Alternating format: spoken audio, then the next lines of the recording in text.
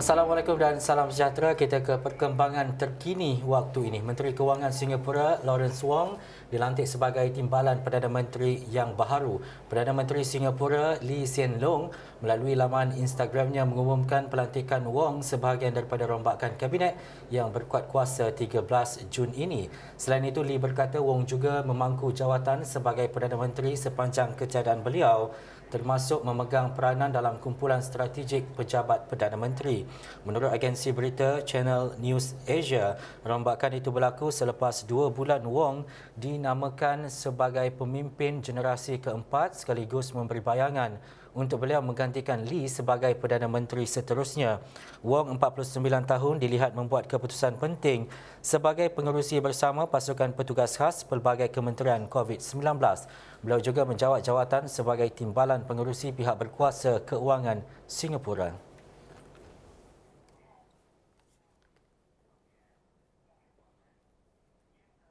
Baik, berita lanjut berkaitan dengan perkara ini kami bawakan kepada anda menerusi buletin-buletin berikutnya dan menerusi laman Sesawang dan laman web Astro Awani.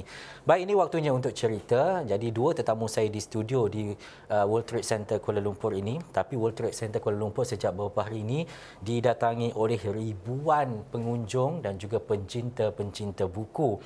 Tetapi saya suka bertuah hari ini. Saya bersama dengan pakar terapi cara kerja Siti Aisyah Rozali di studio. Assalamualaikum puan. Waalaikumsalam warahmatullahi. Dekat tangan saya ni ada 3. Bila saya sebut sebagai pakar terapi cara kerja ni, semula-mula tu saya fikir macam mana saya nak bekerja, cara orang bekerja dan sebagainya. Tetapi 3 buku yang ada dekat tangan saya ni, dia menceritakan perkara yang berbeza yang perlu dilakukan oleh masyarakat, penduduk dan juga ibu bapa khususnya.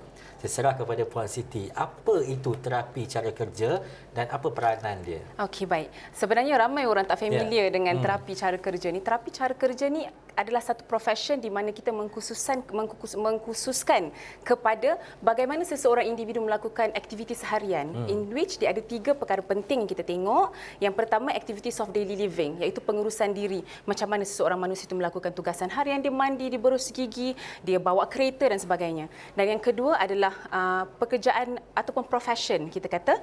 Untuk kanak-kanak, kita lihat macam mana mereka belajar. Dan yang ketiga adalah leisure ataupun play untuk kanak-kanak. Dan saya merupakan seorang terapis cara kerja yang berfokuskan kepada perkembangan kanak-kanak. Jadi fokus saya adalah kepada macam mana ibu bapa nak faham bagaimana untuk membantu anak mereka membesar dengan baik, sama ada anak itu anak special, anak istimewa ataupun anak yang tipikal, dan juga macam mana untuk kita pastikan anak-anak ini berkembang dengan baik jika mereka ada masalah perkembangan, kelewatan dan sebagainya.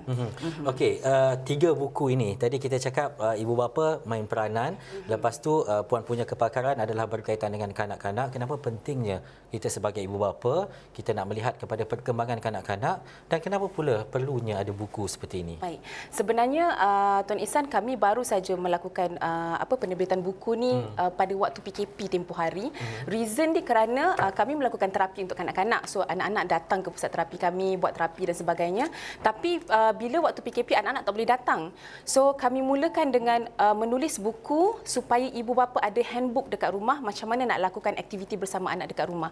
Selepas PKP ni kita lihat ramai anak-anak yang ada kelewatan perkembangan.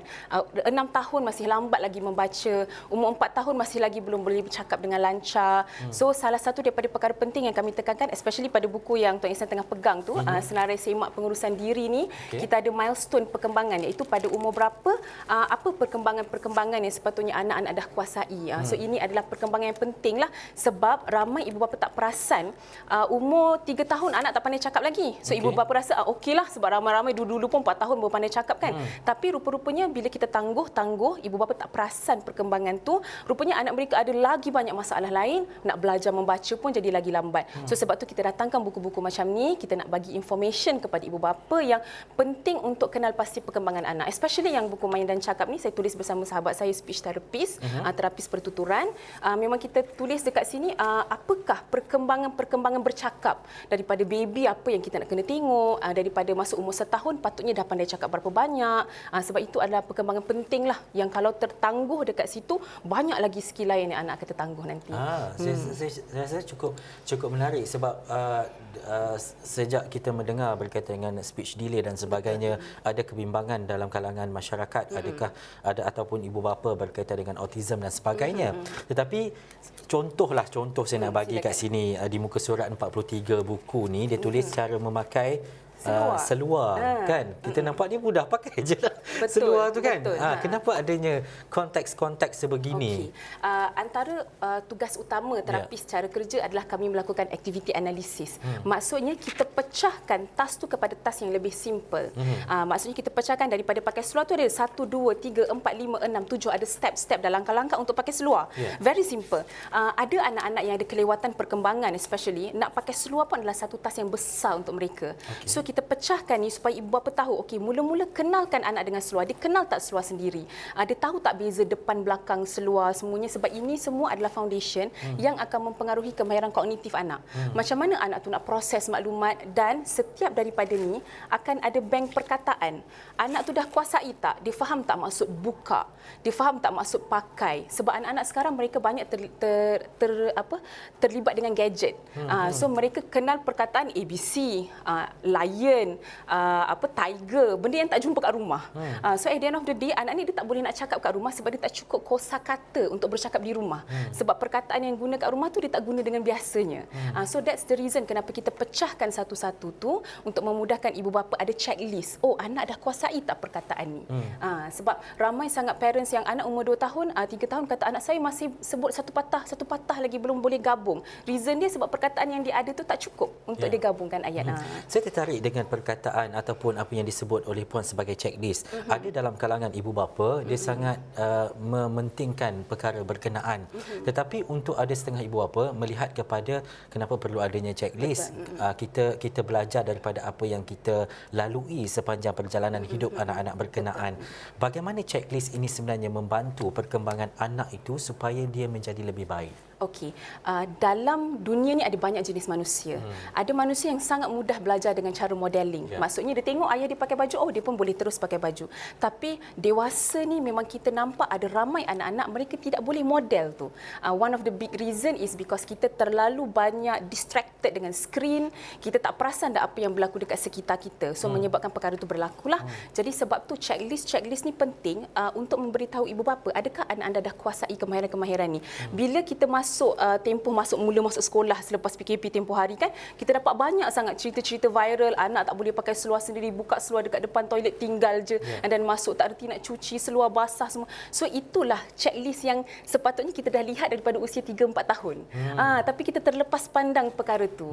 So sebab tu kita datangkan buku-buku macam ni, walaupun orang kata niche ni tak besar, tapi sebenarnya ini adalah satu benda yang penting, benda yang kita selalu terlepas pandang. Ini yang kita nak besarkan, sesuatu perkara yang cukup baik. Kadang-kadang kita Google di internet dan sebagainya, ada yang tidak terfokus dan mungkin ada pendapat dan juga maklumat yang berbeza.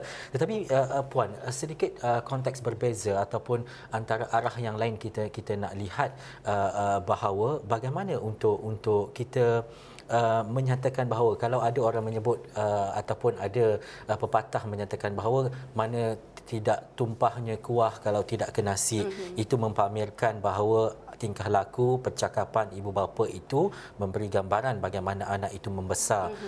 Dari segi psikologinya, dari segi terapis seorang, cara kerja, bagaimana ini memainkan peranan besar untuk anak-anak, untuk kita menjaga percakapan, memberitahu sesuatu yang baik, untuk melihat kepada perkembangan juga yang baik. Betul, okey.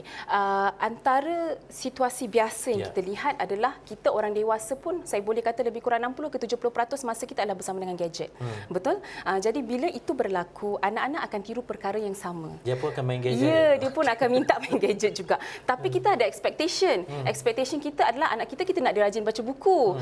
Kita tengok dekat sini kan, parents bawa anak, jom kita beli buku dan sebagainya kan. So kita ada expectation anak kita rajin baca buku, anak kita rajin belajar. Tapi macam yang Tuan Ihsan cakap tadi, anak-anak ni secara natural dia akan tiru apa yang orang dewasa di sekeliling dia lakukan. So sebab tu saya sangat suka bila saya datang pesta buku ni. Ini adalah kali pertama sebenarnya kami buka reruai di sini. Saya sangat suka bila ramai parents bawa anak-anak untuk membeli buku. Sebab itu adalah satu model yang sangat baguslah daripada ibu bapa kepada anak-anak ni. Dan sebenarnya bila kita keluarkan buku-buku untuk ibu bapa dan sebagainya, kita nak highlight dekat situ apa yang penting adalah apa yang ibu bapa tunjukkan adalah apa yang kita akan expect anak tu boleh buat. Kalau kita nak anak kita jadi seorang pembaca yang baik, kita juga kena jadi seorang pembaca yang baik. Kalau kita nak anak kita tu bercakap dengan sopan, kita juga perlu bercakap dengan sopan. Kalau kita nak anak kita jadi seorang yang very organised, tersusun, buat kerja dia tahu nak susun masa, time management. Anak darjah 1 dia nak salin dengan cepat ke, dia nak salin dengan lambat ke, semua tu time management kan. Kita juga kena tunjukkan contoh yang samalah. Sebab memang perkara yang paling mudah kita kata anak ni perkembangan dia macam span kan. Macam Tuan Ihsan cakap tadi, mana tumpahnya kuah kalau tak ke nasi kan. So apa yang kita portray sebagai parents itu adalah memang perkara yang akan ditunjukkan juga oleh anak kita, especially daripada sudut tingkah lakunya, macam mana cara kita bercakap dengan orang, dan apa yang kita cakapkan. Ya. Seronok pula saya bercerita dengan Puan Siti Aisyah hari ini berkaitan dengan buku dan sebagainya. Tetapi mungkin dalam tempoh berbaki ini beberapa minit untuk bersama dengan Puan Aisyah ini satu gelombang orang yang kita tengok sejak beberapa hari dalam Pesta Buku Antarabangsa 2022. Begitu ramai yang mencari genre-genre buku, bukan saja untuk anak-anak tetapi untuk peribadi, ibu bapa dan sebagainya. Bagaimana platform seperti ini yang Puan Siti Aisyah tengok dapat memartabatkan lagi nilai sesebuah buku itu dalam kalangan rakyat Malaysia? Baik, sebenarnya platform seperti Pesta Buku Antarabangsa Kuala Lumpur ni memang sangat-sangat baik. Sebab macam contohnya saya berada di tingkat 4, memang hampir kita dah 3 hari kan, Jumaat, Sabtu, Ahad, Isnin, hari keempat hari ini, memang ramai sangat yang datang, pengunjung yang datang, dan saya boleh kata kami dapat more than lebih daripada 30 ke 40 orang, ialah dengan niche kita yang kecil ni kan, terapi kan, lebih daripada 30 ke 40 orang parents yang datang baru first time tahu, oh rupanya kita nak kena tengok perkembangan anak di daripada peringkat bawah. Oh dah lama dah cari buku-buku yang pelbagai genre kan, buku tentang terapi, macam mana nak rasa perkembangan anak, dan mereka dapat informasi-informasi yang baru. Dan daripada sudut kami sebagai penerbit juga, ini adalah satu platform yang sangat bagus untuk kita ketengahkan brand kita, buku yang kita bawa, dan yang paling penting ilmu yang kita nak salurkan kepada masyarakat tu. Betul. Dan kalau nak tanya kali pertama, ni pun kali pertama juga saya tengok buku macam ni. 3 cara kerja yang saya rasa memang sangat-sangat membantu dan juga memberi satu perkara yang lebih baiklah kepada ibu bapa. Bukan saja ibu bapa. Kadang-kadang kita yang bukan ibu bapa ni kalau nak membaca seperti ini pun tak ada masalah. Sebab juga kita berdepan dengan kanak-kanak, berdepan dengan ibu bapa dan sebagainya. Baik, terima kasih Puan Siti Aisyah Rozali, pakar terapi cara kerja. Cerita yang cukup manfaat untuk saya hari ini di petang ini bersama dengan penonton Asrawani. Selepas ini saya nak bawa kepada anda satu cara bagaimana kita boleh merasai dan juga mendengar mungkin berkaitan dengan buku ini, tetapi melalui visual, audio dan sebagainya menerusi platform YouTube dan juga video-video yang lain. Tapi selepas ini kita nak berhenti rehat seketika, kembali dalam cerita.